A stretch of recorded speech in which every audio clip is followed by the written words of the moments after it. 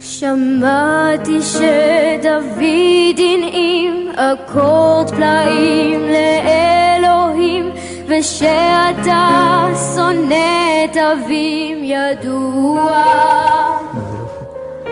אקורד עגום ומסתורי מינו נופל, משהו ממריא ומלך מבולבל שר הללויה. הללויה, הללויה, הללויה. Jesus, eu quero saudá-los com a paz do nosso Salvador Jesus. Amém. Você pode dizer amém? Amém. Quantos podem dizer aleluia aqui a Yeshua? Bendito seja o Eterno. Quero pedir por bondade, você que tem uma Bíblia em mãos, se for possível, abra essa Bíblia em 1 Samuel, capítulo de número 13. 1 Samuel, capítulo de número 13. Aleluia. Bendito seja o nome do Eterno. Pela manhã tivemos uma consagração aqui, mas como foi boa esta consagração.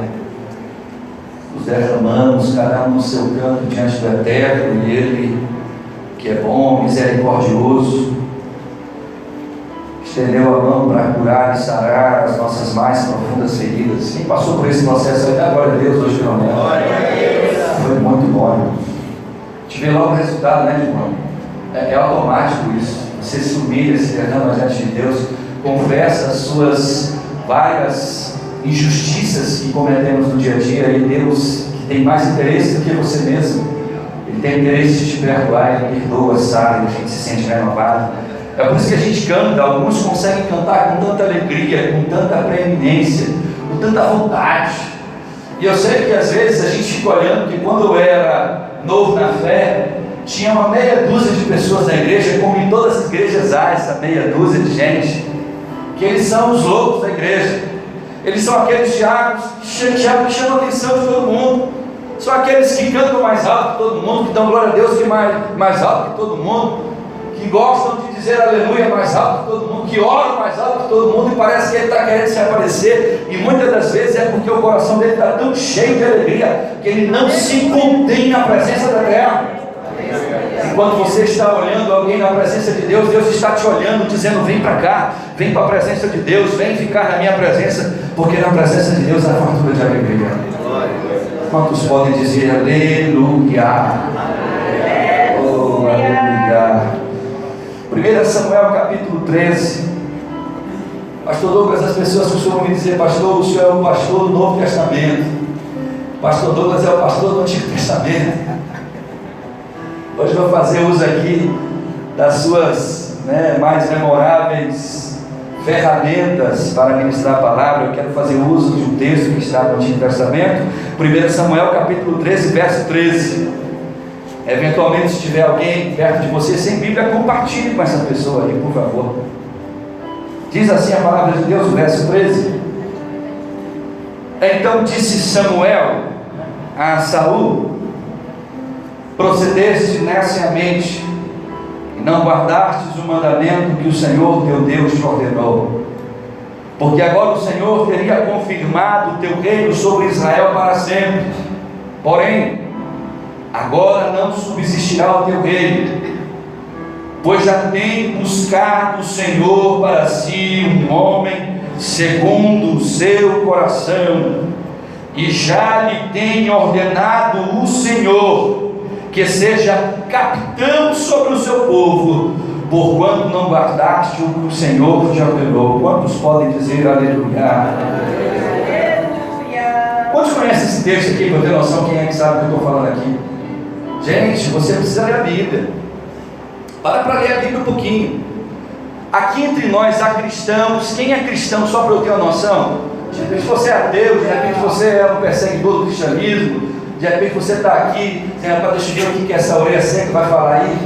Mas se você é cristão, você tem que conhecer isso, a Bíblia. E é ela quem vai te alimentar, é ela quem vai te sustentar, ela quem vai suprir as mais profundas necessidades do teu coração. E acreditem, olhem para mim, nós temos muitas necessidades diante de Deus, não é verdade? Eu quero poder ler algo que está nesse texto e contar um pouco essa história para que você entenda o tema que eu quero ministrar nessa noite. Eu quero pregar sobre o tema um homem segundo o coração de Deus.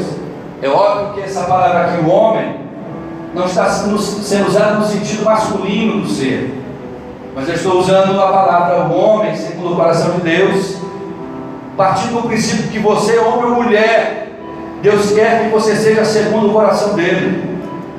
E a pergunta mais óbvia, que vai me dar uma resposta óbvia: quantos querem ser segundo o coração de Deus? Aí levanta a mão.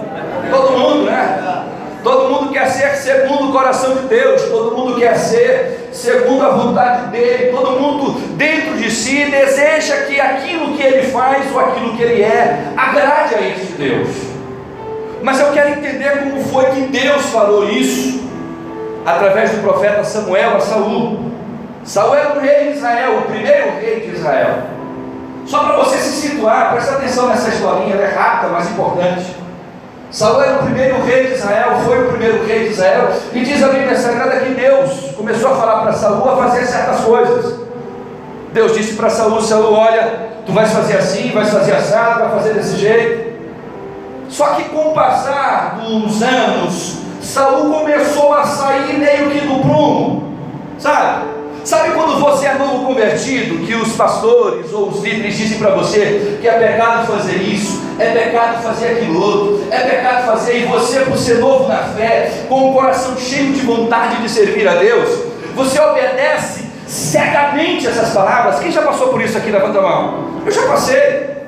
Quando eu aceitei Jesus, para você ter ideia, eu fui ensinado que aqueles que iriam morar no céu precisavam dormir de roupa social, precisavam andar 24 horas de roupa social.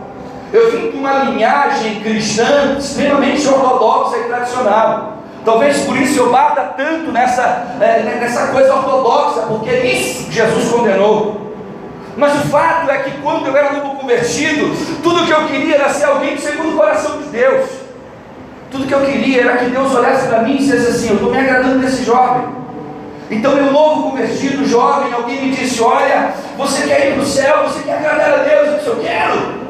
Então você não pode usar joias, você não pode jogar bola, você não pode ir no cinema, você não pode namorar, você não pode respirar, você não pode fazer nada. E eu disse: então tá bom, eu não vou fazer nada. O que eu devo fazer? Você tem que se vestir com uma roupa social de manhã, de tarde, de noite, dormir com ela, e você tem que botar os sapatos ali do lado da cama, porque se a trombeta soar, só vai dar tempo de botar o sapato no pé para você subir e arregatar. E por meses eu vivia assim. Por meses eu andava parecendo uma almofadinha, um imbecil, desculpe a expressão. Não por causa da roupa, mas porque se eu fosse para a praia, eu ia todo social, estava todo mundo ali na praia, com a sua roupa de praia, tomando banho de praia, e eu tomando banho de roupa social, porque eu fui ensinado que era o certo assim, eu queria agradar a Deus. Então há coisas no começo da nossa caminhada, que assim como Saul, nós obedecemos fidedignamente a Deus. Ele manda, nós obedecemos. Mas com o passar dos anos, a gente vai vendo que a coisa não é bem assim. Que algumas coisas que são ensinadas fora da Bíblia. Que isto, por exemplo, que eu citei como exemplo, que é um absurdo de se ensinar, e que se ainda ensina em muitas igrejas, que vai contra o cristianismo. É por isso que eu disse uma vez, irmão Fábio, que esse cristianismo de hoje não é o cristianismo da Bíblia. Porque quando nós voltamos para o cristianismo da Bíblia, nós nos chocamos com a realidade que nós estamos vivendo. Quer ver só, queridos? Observe quantas pessoas você conhece que hoje são cristãs e que continuam sendo as mesmas pessoas antes de serem cristãs. Todo cristianismo que não muda, gente, não é cristianismo. Todo cristianismo que não me cura as mazelas da minha alma não é cristianismo. Todo cristianismo que não confronta o meu caráter, a minha persona, não é cristianismo. É religião. Porque a religião, ela te põe uma máscara de servo. Ela te põe uma roupagem de servo. Você parece servo, você parece ser uma pessoa certa, mas você continua sendo desonesto, você continua mentindo, você continua falando mal das pessoas, você continua não amando o próximo como a ti mesmo, você continua não amando a Deus acima de todas as coisas. Então isso não é cristianismo. E assim tem acontecido ao longo desses últimos anos, e isso vai piorar, infelizmente. Mais pessoas vão aderir àquilo que não é o cristianismo. Sabe uma coisa que eu tenho visto nos últimos dias, e se Deus está me direcionando a falar isso, é porque Ele quer falar com alguém, porque isso não está na minha mensagem. Então presta atenção, nos últimos dias eu tenho visto uma coisa que está judaizando as igrejas.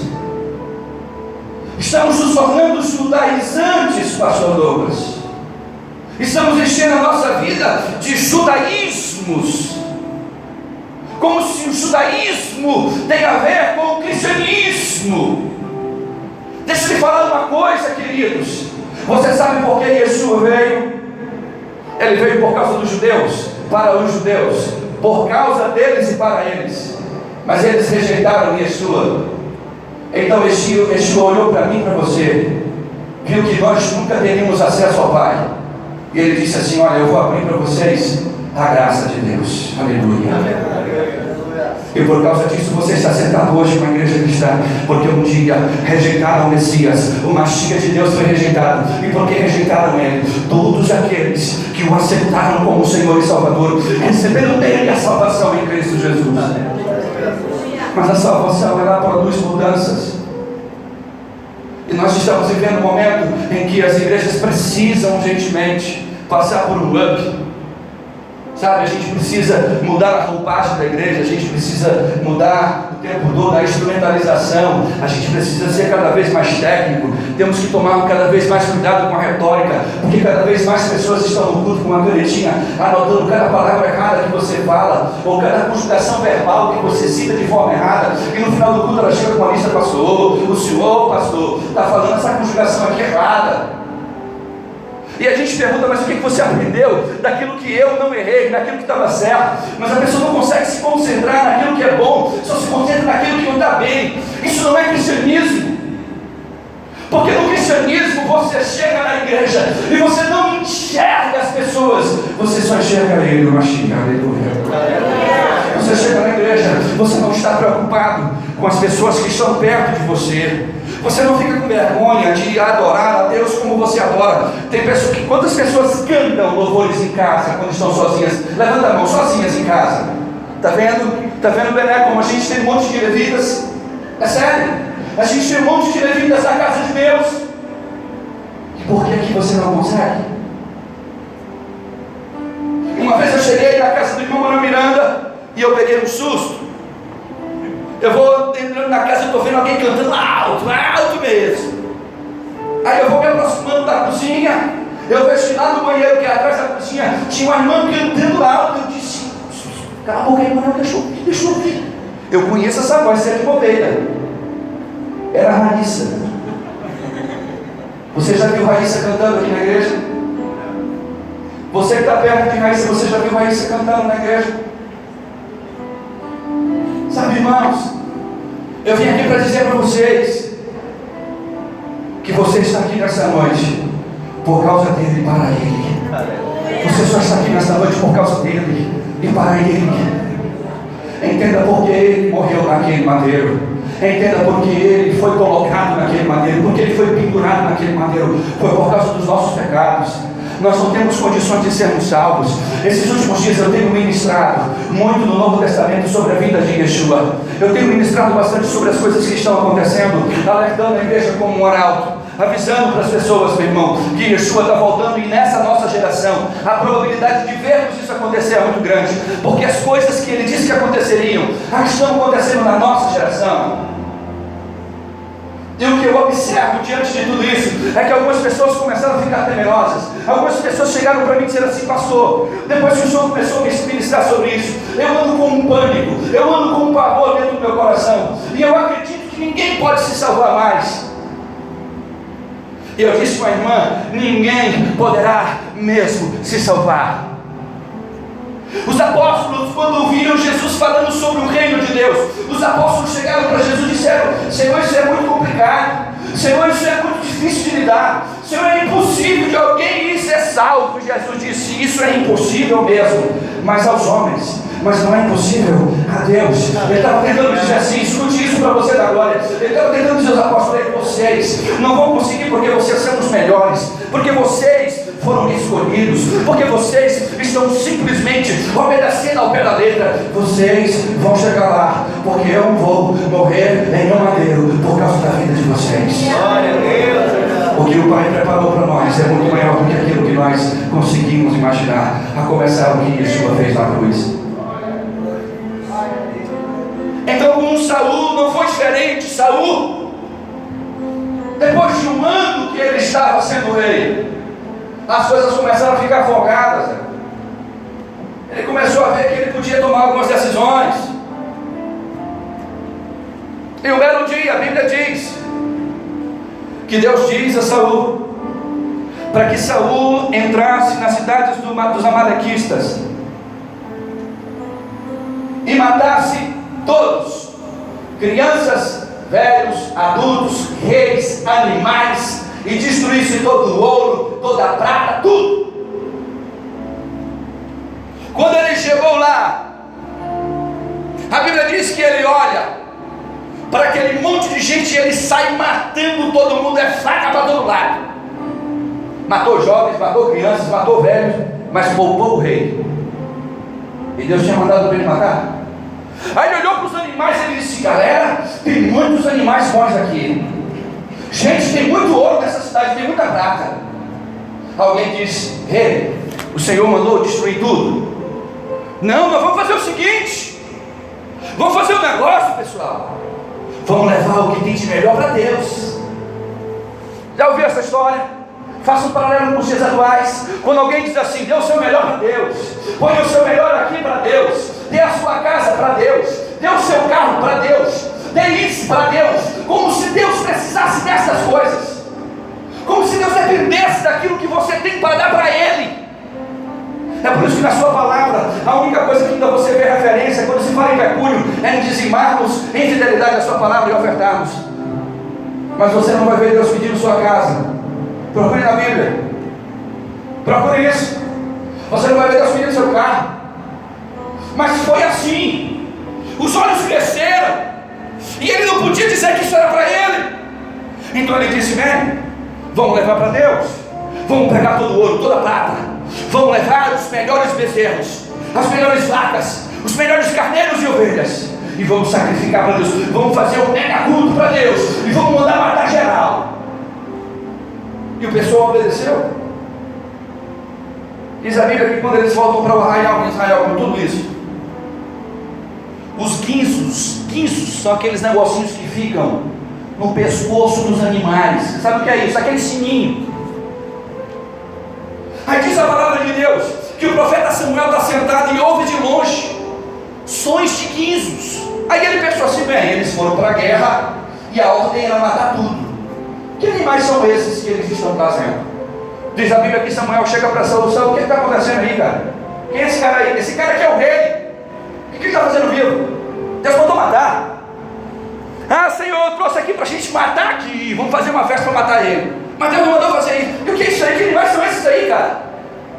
Aí Saul disse, ah, meu senhor profeta Samuel, eu bem pensei assim. Olha só. Eu bem pensei assim, bem, eu vou trazer um monte de coisas para Deus. Nós vamos fazer um mega culto.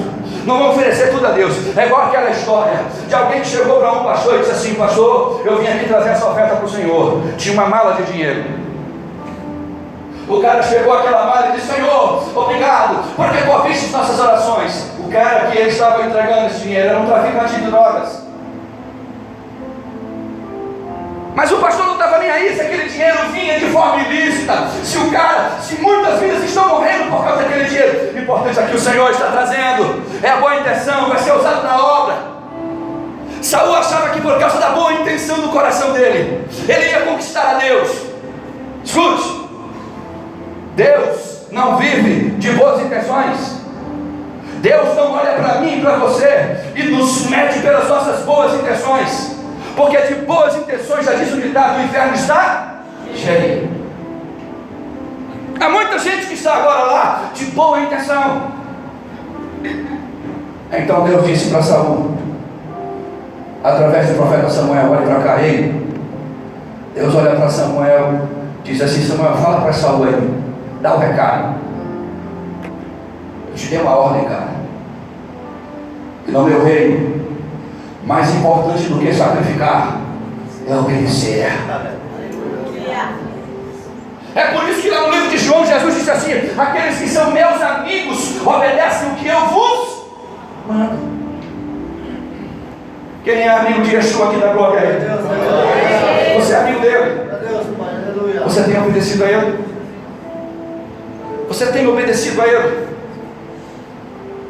Sabe, irmãos, quando eu olho para entender a história de um homem segundo o coração de Deus, que eu olho para essa história aqui, eu fico pensando: meu Deus do céu, pelo menos 4 lições ou 4 coisas eu vi no coração daquele que foi chamado um homem segundo o coração.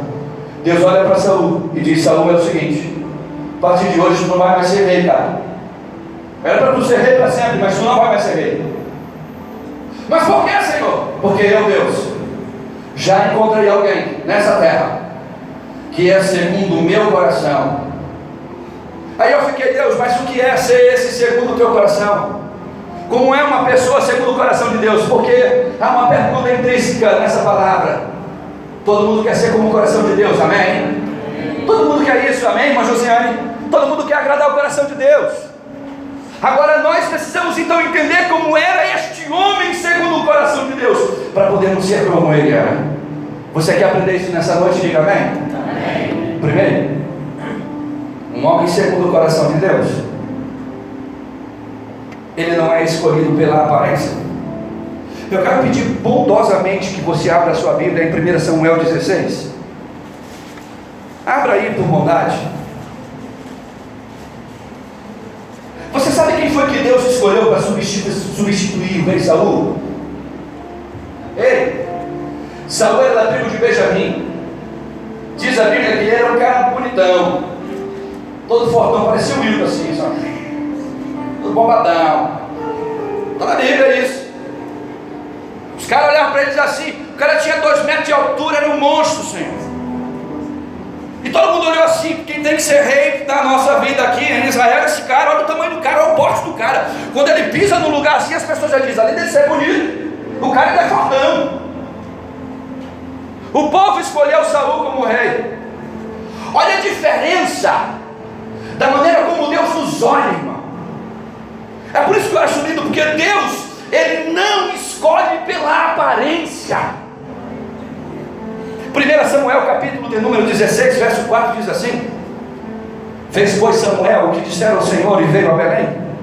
Então os anciãos da cidade saíram ao encontro tremendo e disseram: de paz é a tua vinda. Disse ele: é de paz, vim sacrificar ao Senhor. Santificai-vos e vinde comigo ao sacrifício. E santificou ele a Jessé e a seus filhos, e os convidou ao sacrifício. E sucedeu que, entrando eles, viu a Eliabe. Olha para mim, Samuel, profeta de Deus.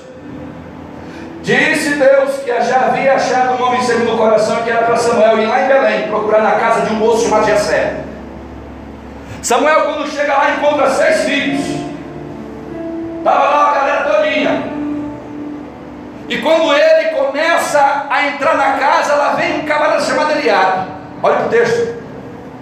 O texto diz assim: e sucedeu que, entrando eles, viu Eliabe. A Eliabe disse, Samuel dizendo: certamente está perante o Senhor o seu ungido. Versículo 7. Porém o Senhor disse a Samuel: atentes para a sua aparência, não atentes para a sua aparência, nem para a grandeza da sua estatura, porque eu tenho rejeitado. Porque o Senhor não vê como o homem vê, pois o homem vê o que está diante dos olhos, porém o Senhor olha para o coração. O texto diz: então chamou Jessé a Abinadab, o outro filho, fez passar diante de Samuel, o qual disse: nem este tenho escolhido. Então Jessé fez passar a Samá, porém disse: tão pouco tenho escolhido este, diz o Senhor. Versículo 10: assim que fez passar seus 7 filhos diante de Samuel. Porém Samuel disse a Jessé: o Senhor não escolheu nenhum destes. Disse Samuel a Jessé: acabaram-se os moços. E disse Jessé: ainda falta o menor. Escute, ele era o menor, que estava apacentando ovelhas. Disse, pois, Samuel a Jessé: manda chamá-lo, porquanto nós não nos assentaremos até que ele venha. Então mandou chamá-lo e fez entrar. E ele era ruivo, formoso semblante, de boa presença. E disse o Senhor: levanta-te, unge-o, porque é este mesmo. Então Samuel tomou o chifre do azeite e ungiu no meio dos irmãos. E desde aquele dia diante o Espírito do Senhor se apoderou de Davi. Vai para cá.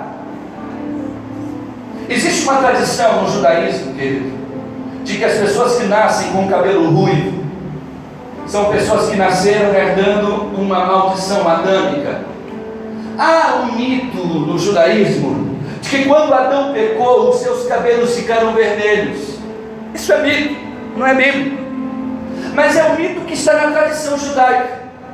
Então, como está na tradição judaica, todo jovem ou mulher que nascia com os cabelos avermelhados, ou ruivo, como está na Bíblia, eram consideradas pessoas abastardas do amor de Deus. Escute, dos 8 filhos de Jessé, 7 eram guerreiros, 7 lutavam no exército, 7 estavam no fronte de batalha, só um ia para o campo. Você nunca parou para pensar porque o pai de Davi não colocou o seu filho para acompanhar os outros? É porque Davi, segundo a tradição judaica daquele momento, não seria aceito pelas pessoas, porque ele tinha o cabelo vermelho. Então, quando ele passasse pelos lugares, as pessoas diziam assim: esse cara aí é amaldiçoado por Deus, não fala com ele não.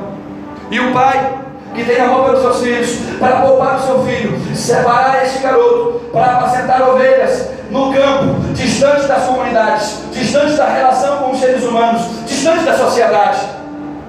Mas olha para cá, ele era ruivo, ele era o menor, ele não era guerreiro, mas ele tinha um coração que temia ao Senhor. Aleluia.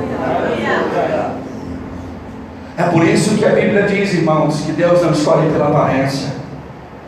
Um homem segundo o coração de Deus, uma mulher segundo o coração de Deus, ela não é por causa daquilo que ela aparenta ser. E sabe o que a Bíblia me ensina hoje, nessa noite? É que não é aquilo que eu apresento perante as pessoas que vai fazer diferença para este Deus. Não adianta eu me vestir ou me travestir de uma pessoa social. Não adianta eu carregar anéis de formatura no dedo. Não adianta eu aparentar ser melhor, mais rico, mais cheio de conhecimento do que os demais, porque isso não me aproximará de Deus. Isso não fará que Deus olhe para mim. Você pode ter tudo isso ou não ter nada disso. O que Deus na verdade vai enxergar quando Ele olha para nós, não é aquilo que nós aparentamos ser, mas aquilo que há dentro de nós, dentro dos nossos corações. Então, se dentro do seu coração houver espaço para o Espírito de Deus, Ele vai habitar em você. Você quer isso? Você deseja isso? Ser um homem segundo o coração de Deus. São homens que verdadeiramente são servos. Meu Deus, eu fico imaginando, pastor, o profeta chega diante de uma casa cheia de gente valente, bonita, forte. Bem, eu pensaria assim do mesmo jeito. Isso é uma coisa do ser humano, irmãos. A gente tem a ideia de que, não, vai subindo alguém ali na escada, se o cara sobe todo de terno, de gravata, com uma Bíblia desse tamanho, eu penso aqui, deve ser algum líder, pastor, diácono que está me visitando. Sobe um camarada ali de chinelo, de bermuda, de camisa, digo, rapaz, esse aqui deve ser um rapaz que estava passando na rua e resolveu assistir um culto. E é por isso que eu estou mudando cada vez mais a maneira de ser e de agir, porque eu entendo que Deus não está nem aí para a forma como eu e você nos vestimos, obviamente dentro do conceito daquilo que é razoável. Mas Deus não está preocupado em você aparentar ser cheio de Deus. Deus quer que você seja cheio verdadeiramente dele. Deus não quer, pastor Douglas, que nós aparentemos que estamos na presença do Eterno. Deus quer que andemos na sua presença. E nós muitas vezes vivemos nesses dias atuais mais preocupados com o que as pessoas estão pensando do que de fato como Deus vai nos olhar. Então eu vejo tantas pessoas preocupadas. Elas chegam aqui, olhem para mim, para você ver se eu estou equivocado. Você que tem um marido ou uma esposa assim, escute isso. Aí lá na sua casa, o seu marido xinga, fala mal, briga, lhe trata mal, chega na igreja, bota lá com a mão assim, ó, e as mãos, filho. Ela até estranha. E entra de mão dadas, puxa a cadeira, sente aqui, ela até estranha, acha isso. Aí ela senta, está acontecendo alguma coisa, ela ouve uma função do meu marido, apareceu um outro aqui. E às vezes eu fico olhando, irmãos. Aí o camarada está ali, aí você chega perto dele, aí ele põe o braço assim, do lado da mulher, né? Para mostrar que é carinhoso. Pastor, paz do Senhor. Paz do Senhor, fala até bonito. A mulher olha assim para ele. Aí eu nunca vou esquecer, isso aconteceu na nossa igreja, não é mito. De uma esposa que me procurou no gabinete e disse: pastor, por mais estranho que seja, mas eu desejaria muito que aqui houvessem alojamentos, porque eu gostaria de viver nesta igreja. Eu me alegrei, eu disse: glória a Deus, ela deve estar querendo por causa da palavra, por causa disso. Eu disse: sério, irmã, glória a Deus, por quê? Porque o meu marido aqui, nem de longe é o marido que eu conheço de casa. Pessoas que estão preocupadas em aparecer, ser o que não são. E isso vale. Uma das coisas que mais tem nos ajudado a fazer isso são as redes sociais. As redes sociais estão mudando, sabe, a maneira de sermos, porque estamos aprendendo a sermos mentirosos, enganosos. Usamos as redes sociais para proliferar aquilo que nós não somos, mas aquilo que desejaríamos ser. Usamos as redes sociais para mostrar aquilo que nós acharíamos como deveria ser bom, mas nós não estamos vivendo. E aí outro dia um irmão me liga e disse: pastor, eu preciso urgente falar com o senhor. Ele não é dessa igreja. Pois não, meu irmão, nós somos amigos de infância, vamos nos encontrar. Nós somos lá para Val. A Val, glória a Deus. Quem pode dar glória a Deus aí pela Val? Glória a Deus, a Val. Melhor lanche que tem aqui no Renascença, de verdade. E eu não ganho nada ali de graça não. Propaganda aqui é de graça que eu estou fazendo. Aí eu sentei com ele lá e ele disse assim: pastor, eu vim aqui lhe dizer que eu acho que eu vou me divorciar. Eu peguei um susto, eu peguei literalmente um susto, porque 2 dias antes eu vi a esposa postando no Face uma mensagem de amor para o marido, e ele retribuindo aquela mensagem de amor. E eu disse: meu Deus do céu, que dia acha isso? Eu disse: fulano, será que eu estou falando da mesma esposa? Se está fulano de tal, eu vou me separar do meu filho. Mas como que é isso? Eu tenho menos de 2 dias que eu vi vocês trocando carinhos. Pastor, isso é tudo mentira. Nós precisamos manter uma imagem que não é nossa, para que as pessoas não vejam como de fato estamos. E deixa eu te falar uma coisa, eu quero lhe convidar a fazer o que fizemos hoje de manhã aqui. Hoje de manhã eu pedi que cada um fosse para um canto da igreja, escolhesse um canto, ninguém orasse junto com seu marido, com sua mulher, e se desnudasse diante de Deus.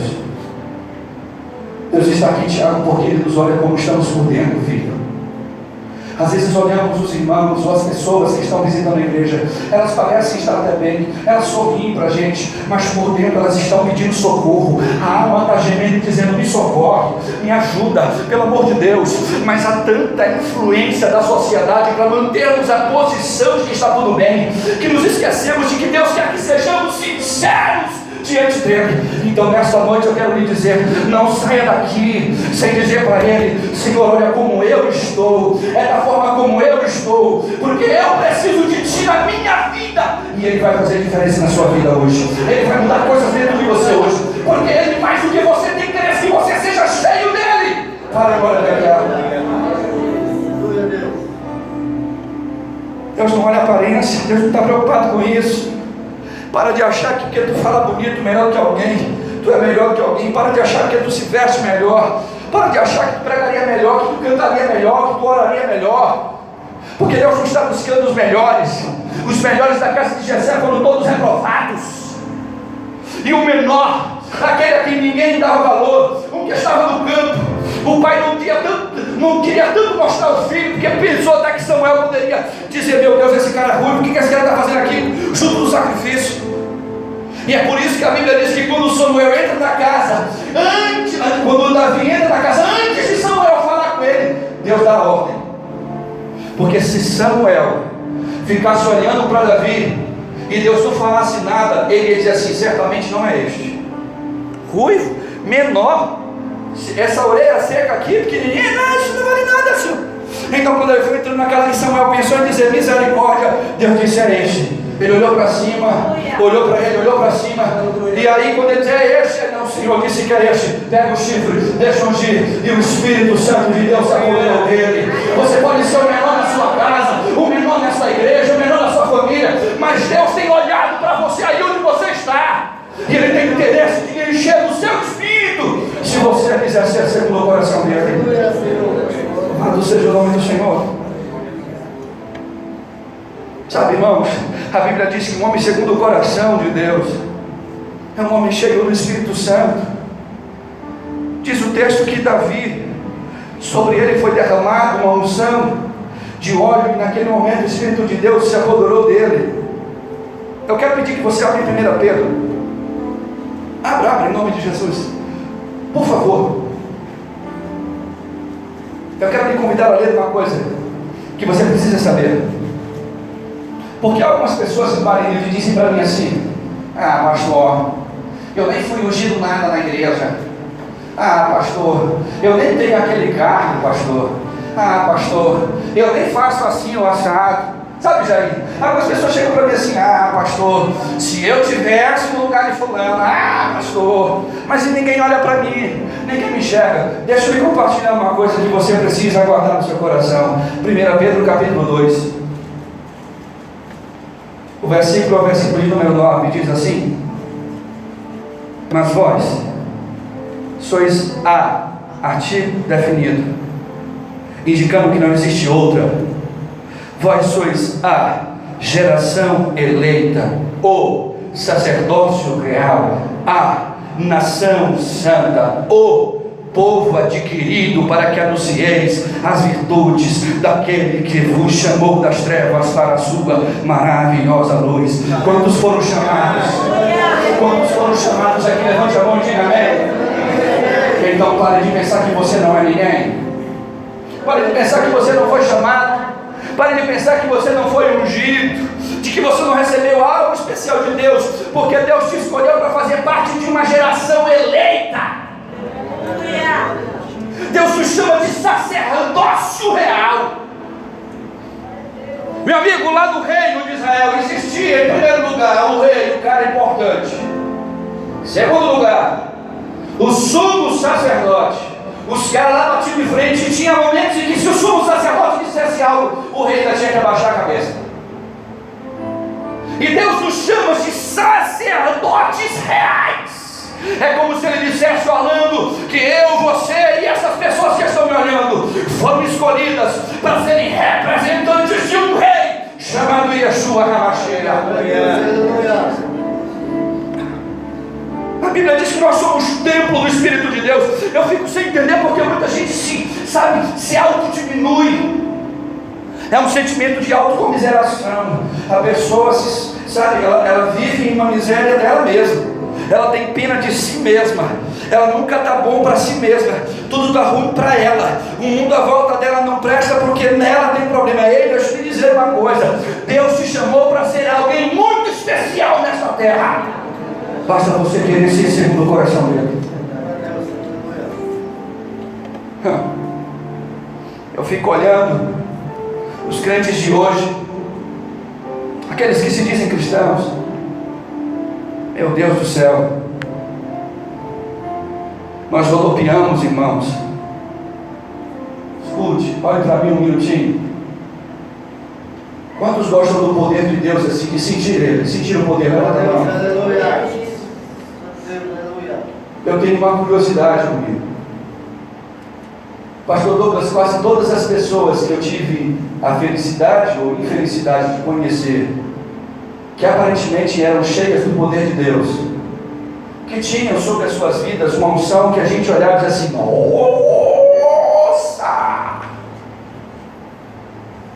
Que rodopiam, que falam em línguas, que pulam, que voam, que fazem tudo aquilo que a gente faz, sentindo a presença de Deus, que eu faço e você faz. Mas quase todas as pessoas que eu tive a infelicidade de conviver perto dessas pessoas que eram tão cheias de Deus eram desonestas, eram mentirosas, odiavam o seu próximo, eram justiceiras, não tinham misericórdia daqueles que caem, eram pessoas, sabe, inflamadas, qualquer coisa que tocasse no cara, para trás. E isso se tornou sinônimo de ser cheio de Deus nos últimos dias. Com o movimento neopentecostal nós aprendemos que isso é ser cheio de Deus. Você quer ser cheio de Deus? Quantos querem? Você quer ser cheio de Deus? Quer ser? Quer ser cheio de Deus, Josiane? Quer ser cheio de Deus, papai? Quer ser cheio de Deus? Então deixa eu lhe dizer uma coisa. Sabe o que nos enche de Deus? Agradar o coração dele, ser segundo o coração dele. Porque quando nós estamos agradando o coração dele, aonde você passa, você não precisa nem falar em línguas. Alguém vai dizer, esse cara é diferente. Alguém vai dizer, meu amigo, assim, essa mulher tem algo diferente na vida dela. Eu não sei o que é, mas tem algo diferente. Não é a saia, não é a roupa, tem algo diferente dentro dela. Porque dentro dela fluem rios que jorram para a água vida da vida eterna. É como se Jesus estivesse, sabe, enchendo de uma tal forma que por onde a pessoa passa, o bom cheiro de Cristo emana. Cuidado com aqueles que aparentam ser cheios, mas não são. Ninguém pode ser segundo o coração de Deus se o seu Espírito Santo não habitar nele. A terceira coisa, para que nós estejamos chegando perto do fim, para que uma pessoa seja segundo o coração, ele deve ser um verdadeiro adorador. Abra 1 Samuel 16. Eu quero lhe compartilhar algo. E essa tarde, quando o Senhor ministrava no meu coração, Ele me trouxe à memória um acontecimento. Eu quero compartilhar com vocês que estão tendo o privilégio de estarem aqui na presença da terra. 1 Samuel capítulo 16, verso 14. Pausa. Olha para mim, você que não é dessa igreja. Grava isso no seu coração. Mesmo que você nunca mais volte nesse local, grave isso no seu coração.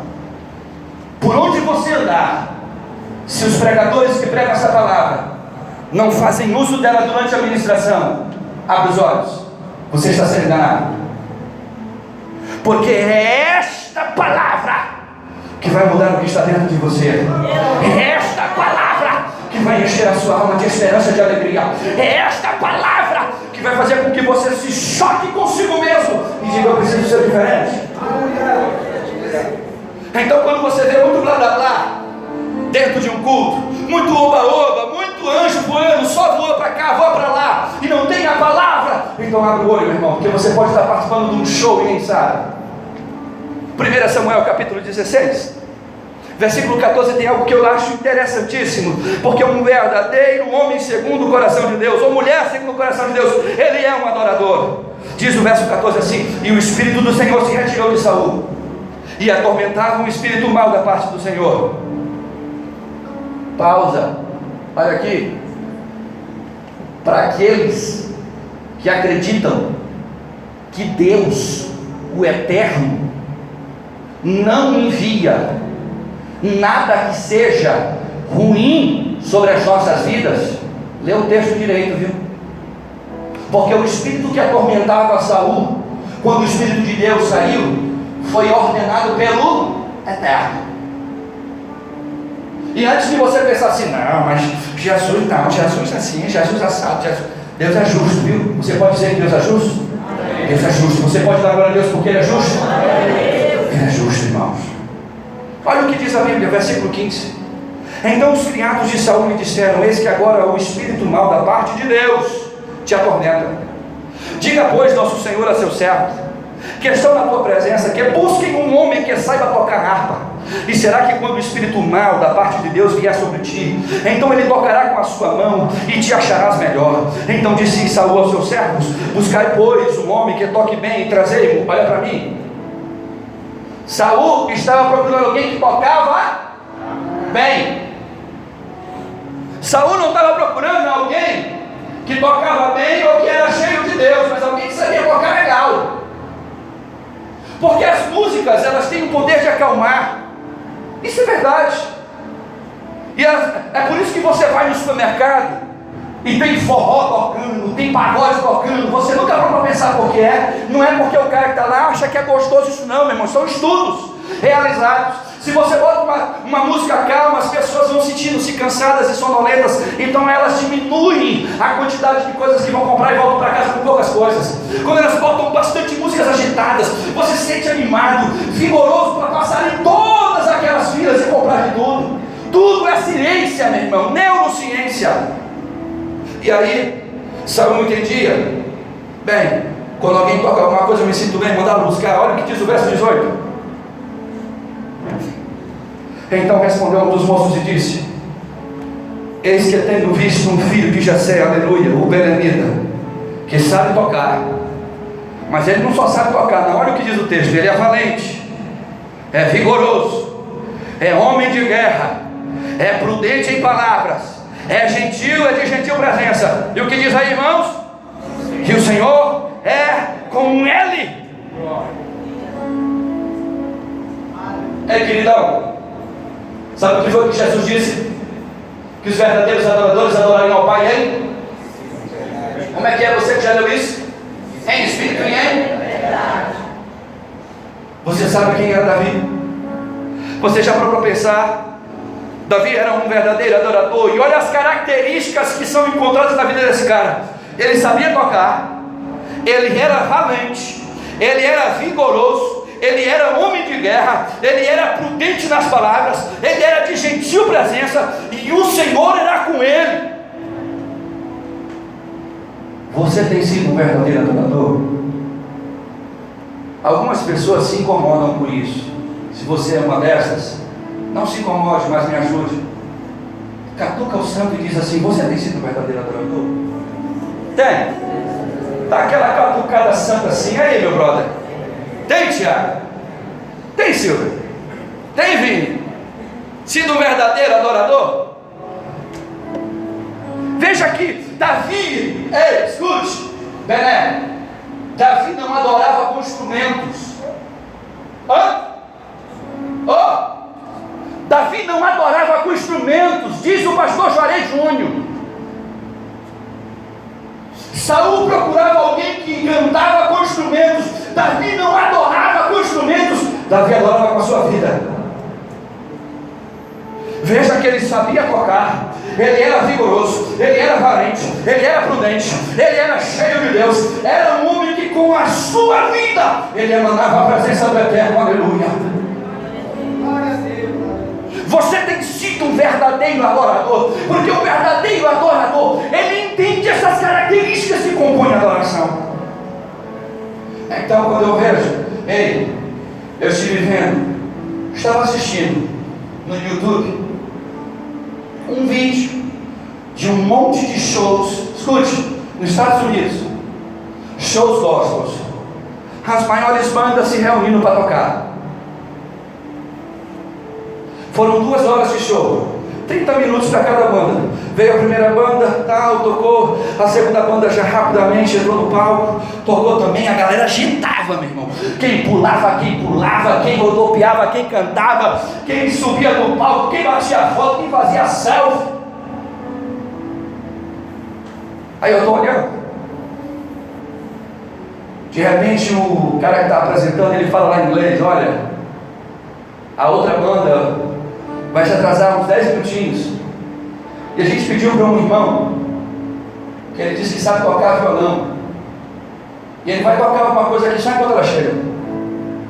É um jovem, cara, acho que aquele cara devia ter uns 18, 19 anos, um jovem mesmo. Ele sentou numa cadeirinha parecida com essa, pegou um violão, estava todo mundo assim de costa, quem andava, ele estava querendo esperar a outra banda, que a outra banda era famosa, a gente ia pular. Aquele jovem fechou os olhos.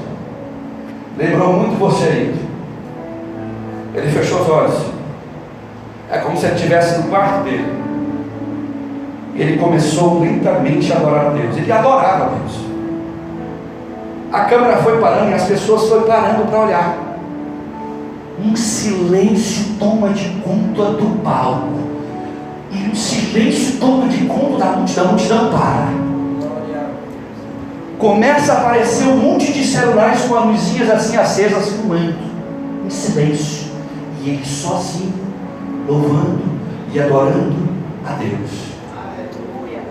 A música que ele cantava era aquela aleluia, que o Senhor inclusive me mostrou hoje, pastor, né? E ele cantando aquilo ali, sozinho, só ele e Deus, parecia que ele estava no quarto, pastor Douglas. Aquela quando volta para a multidão, tem pessoas limpando os olhos, chorando. Tinha uma jovem que se ajoelhou e começou a se derramar diante do Eterno. Aí eu fiquei pensando, meu Deus, os maiores e os melhores do mundo aqui, com a melhor estrutura de som, de iluminação, os caras têm técnica vocal, os caras são os melhores, não erra uma única nota, os caras têm, sabe montar cada acorde, cada composição, sabe tudo de melodia, entende tudo de som. Mas a presença do Eterno não é com eles. Sobra um cara que ninguém sabe onde ele é, nem para onde ele foi depois. E o Espírito de Deus estava nele. O Espírito de Deus estava nele. Um verdadeiro adorador, ele é motivado não por aquilo que ele vê, pelos instrumentos bons. Ele não é motivado pela técnica melhor. Não adianta nós termos as melhores vozes, não adianta a gente ter os melhores equipamentos. Se nós não tivermos o Espírito de Deus, ninguém pode sentir a presença dele. Davi era um homem que vivia cheio de Deus. Então ele emanava a presença do Eterno por onde ele passava. Quando ele tocava, não era apenas um som que saía da sua vida, emanava a presença do Eterno. Quantos querem ser adoradores assim? Você deseja ser assim? Então aprenda a adorar em espírito e em verdade. Alguns de nós não conseguem adorar. Sabe, irmãos, a Bíblia diz que Davi não aceitava. Olha um adorador. Diz a Bíblia, aí nós lemos que Davi, o adorador, ele era um guerreiro. O cara sai de casa, vai levar um queijinho, um leitinho, uns pães para os irmãos que estão na guerra.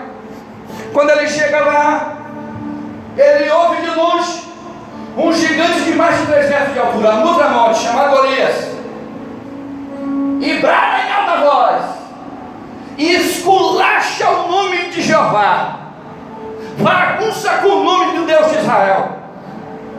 Davi olha isso, para que esse, a Bíblia chama de incircunciso. Vou trazer para o nosso dias aqui. Eu imagino Davi chegando, quem é esse maluco aí? Quem é esse pirado aí falando isso aí? Os irmãos de cara, rapaz, volta para casa. Que volta para casa, cara? Que parada é essa aí? Vocês não estão ouvindo esse cara xingando o nosso Deus, rapaz? Eles estão falando do nosso Deus, vocês não vão fazer nada não. Adorador guerreiro, adorador que não aceita ninguém inflamar-se contra o Eterno, adorador que não aceita, pastor Douglas, que piadinha, sabe aquelas piadinhas que às vezes a gente senta, irmão, vamos contar aqui uma piada, e a gente faz piada com o nome de Deus e a gente está rindo. Quando a gente vê se levantar e dizer, eu te repreendo, rapaz, respeita o nome do Eterno. Gente que faz piada com o nome de Jesus Cristo, e a gente está ali rindo, achando engraçado. Davi não concordava com isso, e nem eu concordo, e nem a palavra de Deus, porque o verdadeiro adorador, ele é guerreiro na presença de Deus, ele peleja enquanto adora.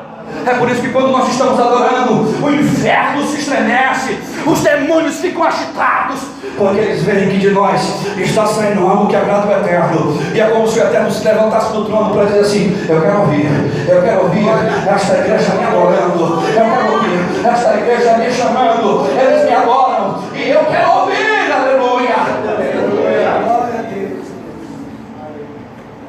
Alguém diz assim, ei, o rei está dizendo que quem derrotasse esse gigante aí ia ter a filha dele como mulher, ia ser príncipe.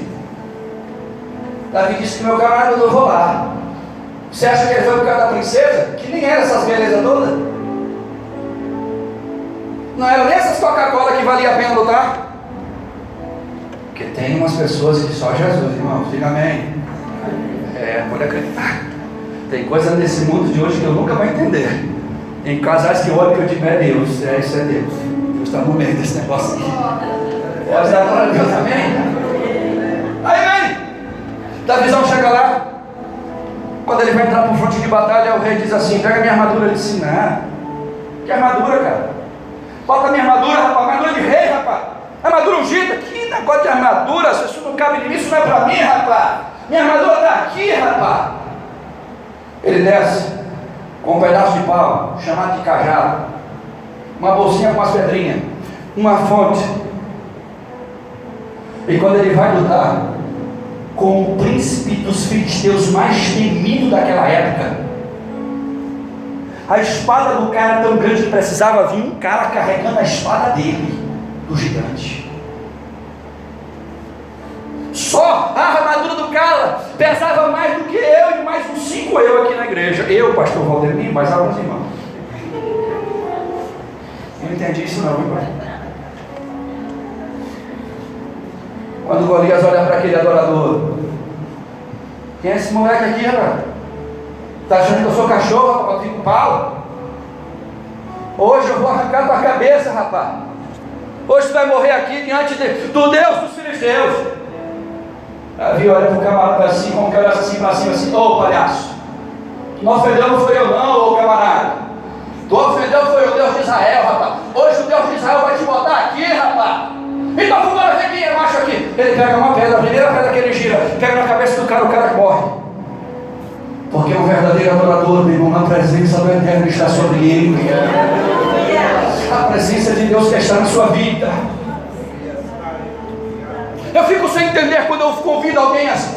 Essa semana eu vi alguns irmãos que se juntaram, queridos, para ir evangelizar ali nas paradas de ônibus. Eu fiquei olhando e digo: aqui estão verdadeiros missionários que entenderam a função de missões, entenderam o que era ser missionário, estão fazendo o papel de missionários, levando a boa palavra de Deus. Aí eu procuro lá no meio, eu vejo eu vejo outras irmãs, outros irmãos, adorando ao Eterno por onde passavam.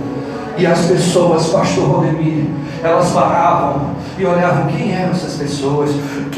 Elas se aproximam e começam a sentir paz, porque no meio da adoração o Senhor vai derramando da sua Shekinah.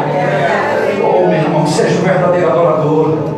Eu quero encerrar a minha palavra dizendo a última das coisas que eu acho interessante nesse texto. É óbvio que há um número muito grande de qualidades de um verdadeiro adorador, mas eu só citei 4, quero falar dessa última. Um homem segundo o coração de Deus. Me ouça bem, porque eu quero encerrar essa palavra. Ele não fica prostrado diante do pecado. Em 2 Samuel capítulo 11, 12, escute. Narra a história da tragédia de Davi. O povo de Israel foi para a guerra, ele sempre foi para a guerra. Nesse dia ele disse assim: hoje eu vou ficar aqui, hoje eu não vou para a guerra. E aí diz a Bíblia que a galera lá está se matando na guerra, que ele está no paláciozão dele lá. Palácio lá de seus 4 andares, 3 andares. Ele já acorda 10 horas da manhã, espreguiçado, toma aquele banho, tá o seu café monstruoso, cheio de corrida, o povo está lá se matando por ele na guerra. Era para ele estar lá na guerra, mas ele abandonou o fronte de batalha. E quando você sai do foco, meu irmão, Satanás opera. Ele vai dar uma volta no seu jardim suspenso. Quando ele olha, ele vê Batseba, ou Betseba, ou como você achar melhor aí, segundo a sua versão, uma mulher beladona lá embaixo, lá na cidade, tomando banho. Olhou para o lado, olhou para o outro, ninguém está olhando, ninguém está vendo, ficou pisorando. E à medida que ele foi olhando, e o homem é tomado por aquilo que ele vê. Por isso que eu dou um conselho às irmãs: você quer fazer uma graça com o seu marido, meu irmão, faz uma coisa diferente, pá. Bota o cabelo mais bonito, sabe, arruma, toma um banho, passa um negócio, bota uma roupa mais sensual, faz uma graça. Agora o teu marido chega em casa, você está com aquela touca na cabeça, com aquela camisa de um político, uma coisa assim, fedendo a óleo, pelo amor de Deus, vigia. Amém, irmãos? Quem é que diz aí? Quem é corajoso, né? Fala aí, amém, cara. Davi olha assim e vê aquela mulher bonitona lá e diz: rapaz, essa mulher é bonita, senhor. Vem cá, meu camarada. Sim, senhor. Quem é aquela mulher ali? Senhor, não sei. 01 desse, você vai descobrir quem é. 01 desceu, foi lá embaixo, rapaz, quem é? Bateu na porta. Meu nome é Batseba, vem cá, meu filho. O rei está chamando. O rei está chamando. Quando ela sobe, o rei disse: vem cá, meu amigo, eu sou rei. Deita na cama aí. Nós vamos namorar agora. Eu sou casada. Problema daquele que foi para tá dançando aí uma hora dessa. Vem pra cá. E ele se relaciona com uma mulher que era casada. Manda ela embora. Depois que ele se satisfez, vazou. Dias depois ela manda um recado: rei, estou grávida. Deve ser do teu marido. Não, meu marido, eu não me contei não, né? Meu marido é Urias. Urias? Quem é Urias? Urias, ele é o teu conservo e está lá na guerra pelejando pelo Senhor. Aí ele tremeu. Aí escuta só, não se contentando, eu vou resumir a história porque a história é longa. Ele tomou uma decisão: rapaz, vou chamar o capitão da guerra, vou mandar ele colocar Urias no fronte de batalha para ele morrer. Aí eu estou olhando para a mulher, ninguém vai saber de nada, ela assume logo o filho, fica sendo meu, e glória a Deus. Ele chama o capitão obedece, vai lá, pega Urias, põe no fronte de batalha. Na hora que ele chega no fronte de batalha, ele é o primeiro a morrer. E quando ele morre, recebe a notícia, esperou os dias daquele que era sabe aquele momento do falecimento, sabe aquela tristeza toda, passou. Davi chama Batseba para cá. Lá vem Batseba, disse: agora você vai ser minha esposa.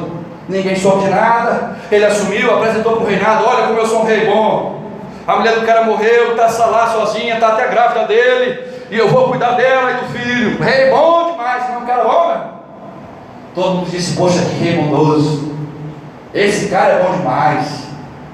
O seu príncipe morreu de guerra, mas ele não vai deixar o filho passar fome, nem a mulher, assumiu a família. Ei, escuta, Deus não dorme, meu irmão. Olha para cá. Você acha realmente que Deus não está vendo o que fazemos de errado?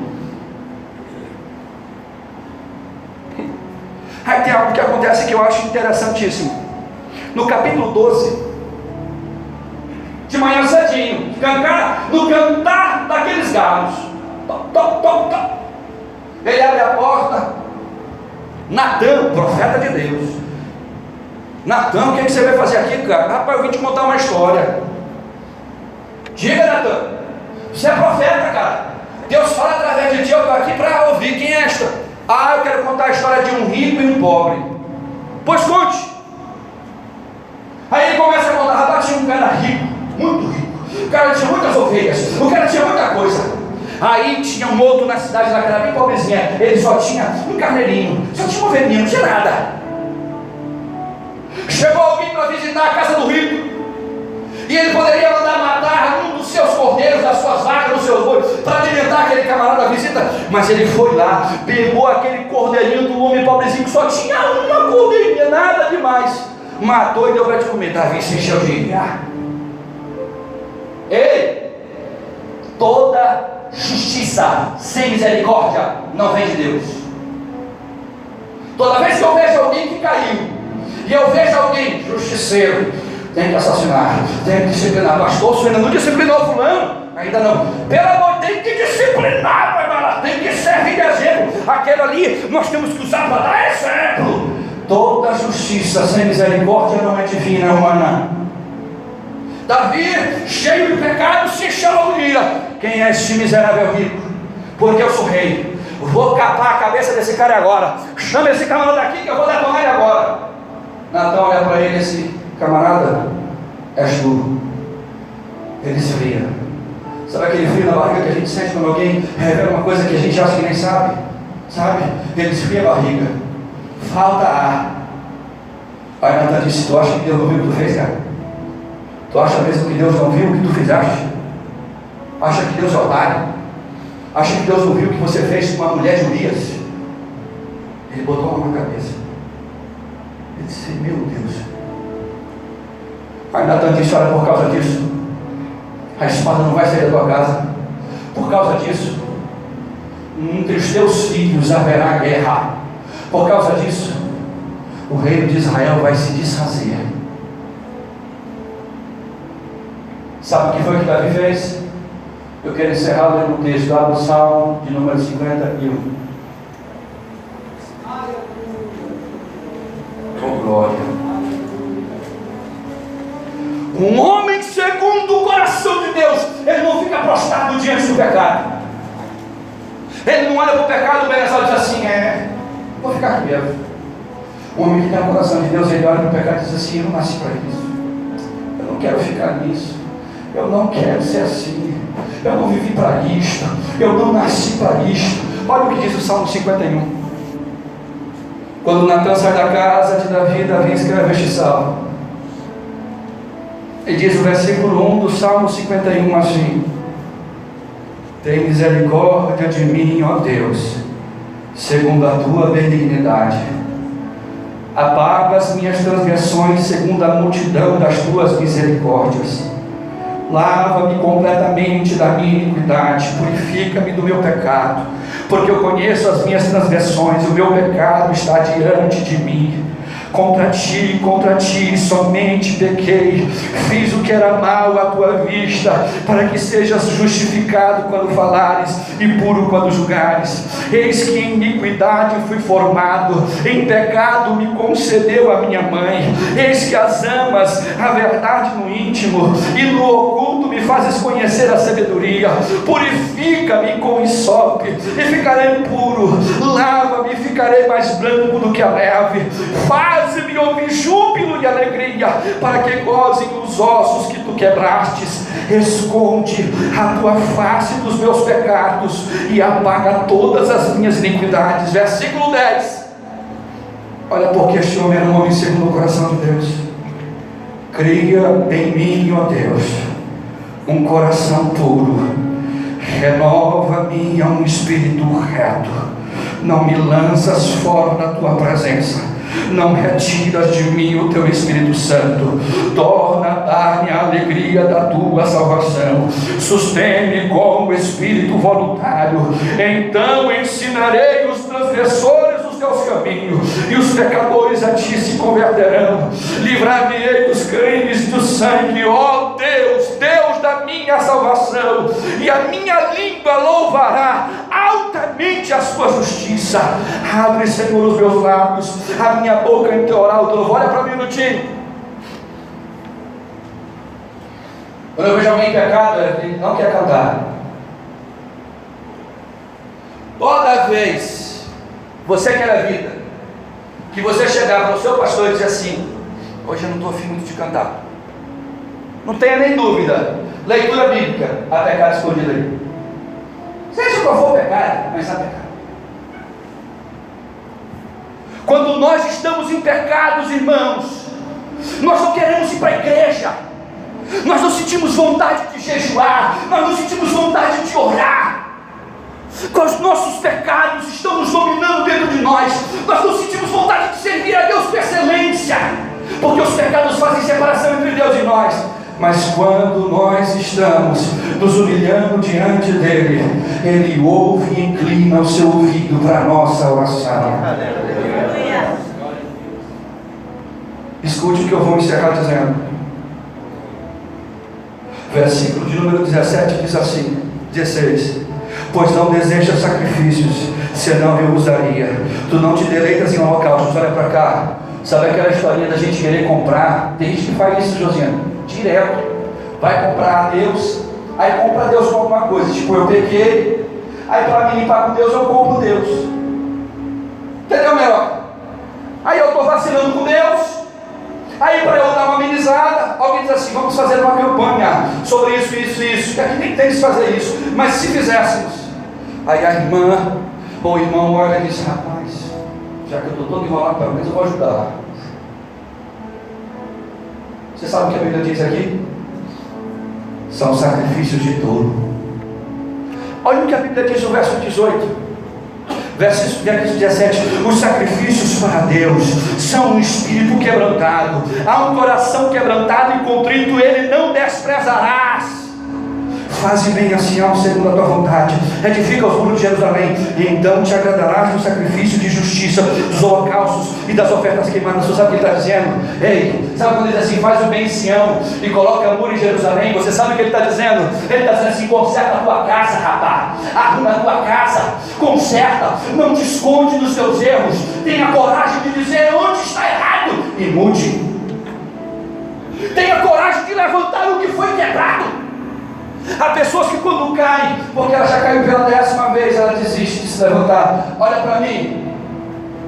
Enquanto você me ver aqui como pastor, você sempre vai ouvir eu me dizer: eu acredito que você pode mudar, porque Deus tem interesse na sua vida. Enquanto eu pastorear essa igreja, você vai até cair, porque eu vou cair e outras pessoas cairão, porque somos seres humanos. E nas nossas quedas, nós não precisamos da justiça humana, nós precisamos da misericórdia de Deus. Quantos querem essa misericórdia? O homem segundo o coração de Deus, ele não teme reconhecer os seus erros. Ponha-se de pé em nome de Jesus. Eu quero iniciar a ceia.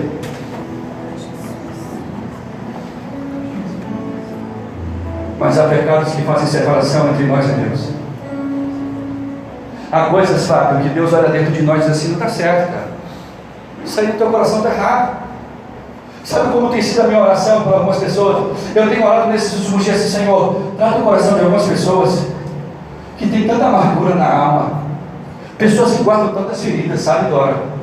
Elas não conseguem crescer espiritualmente porque elas foram paralisadas, porque os seus muros caíram. Então constantemente elas são atingidas por setas de Satanás. E enquanto elas não levantarem esses muros, enquanto os muros da tua casa espiritual não forem levantadas, você continuará sendo atingido. Pastor, e como é que eu levanto esse muro? Se aquebrantando diante dele.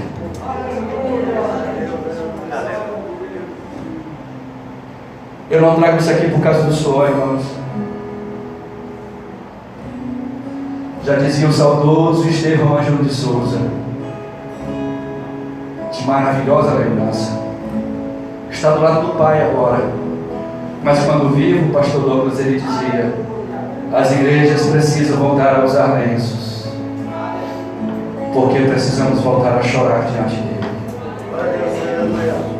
Precisamos voltar a nos aquebrantar diante dele. Precisamos dizer para ele: Senhor, eu quero ser segundo o teu coração. Eu quero fazer 2 orações aqui. Nós vamos fazer a ceia. Se você não se sente em comunhão com a terra, eu quero que você, se você sentir vontade de receber uma oração, quando você chegar até aqui, você esqueça quem está do lado de você e você diga para Deus: Deus, contra ti somente pequei. Aquebranta-me, Deus. Deus quer quebrantar o teu coração. Deus tem interesse nisso. Deus tem interesse em quebrantar a nossa alma, a quebrantarmos diante da terra, porque Ele nos conhece como somos, como de fato estamos. Nós não podemos nos esconder dele. Nós não podemos nos esconder da terra. Eu quero fazer mais uma oração. Se aqui na igreja tiver alguma pessoa, pode chegar assim, irmãos. Sempre tem lugar.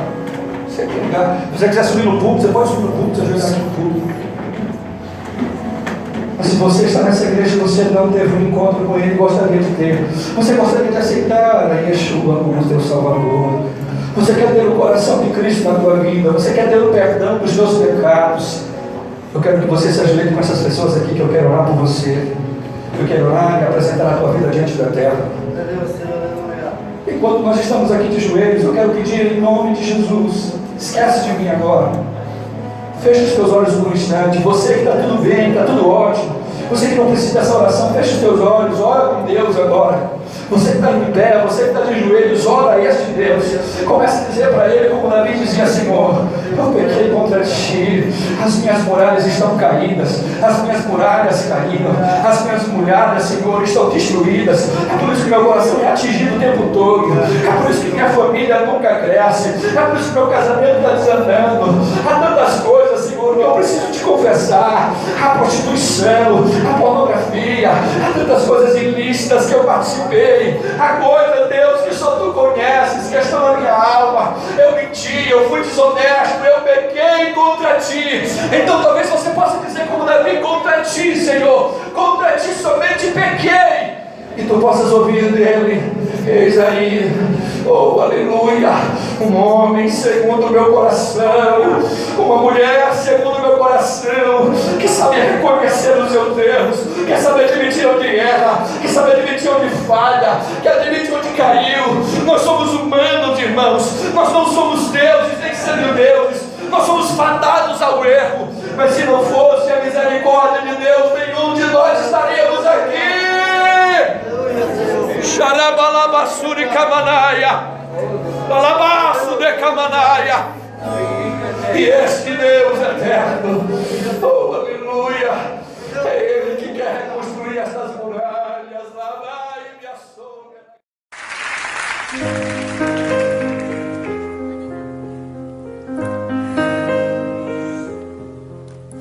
שמעתי שדוד הנעים אקורד פלאים לאלוהים, ושאתה שונא את אבים ידוע. אקורד עגום ומסתורי מינו נופל, משור ממריא ומלך מבולבל, שר הללויה. Hallelujah, hallelujah, hallelujah, hallelujah.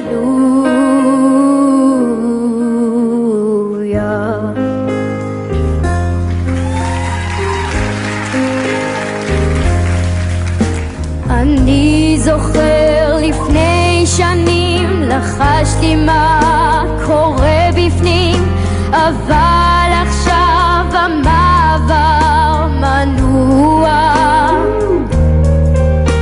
ואיך הייתי פעם נע בתוך תוכך עם היונה, ואיך נשמנו יחד.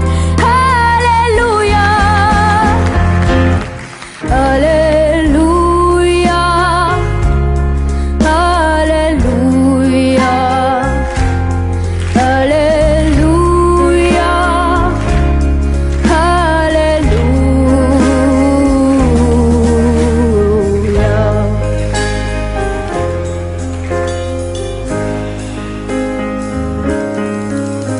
וגם אם דבר האל צדק, האהבה עזרה לי רק לשלוף לפני כל אקדוחן פרוע. לא שיר תלונה אני לך שר, לא שיר ציין קדוש מואר, רק שיר שבור וקר של הללויה. הללויה, הללויה,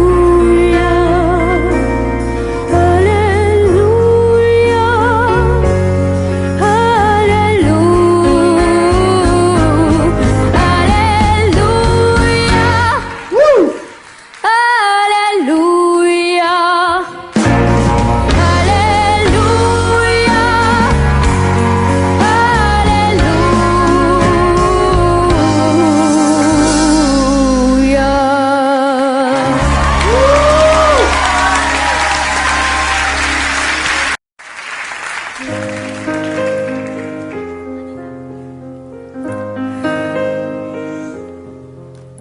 שמעתי שדוד הנעים אקורד פלאים לאלוהים, ושאתה שונא את אבים ידוע. אקורד עגום ומסתורי מינו נופל, משור ממריא ומלך מבולבל, שר הללויה. הללויה, הללויה, הללויה, הללויה.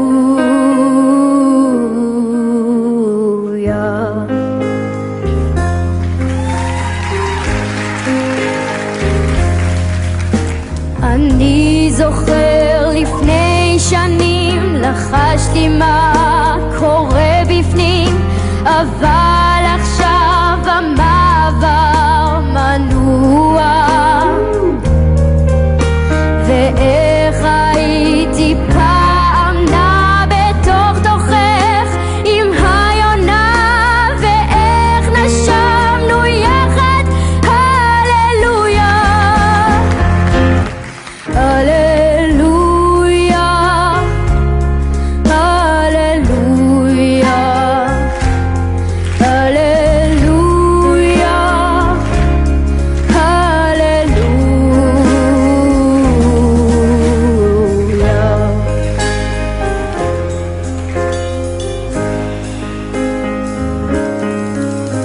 וגם אם דבר האל צדק, האהבה עזרה לי רק לשלוף לפני כל אקדוחן פרוע.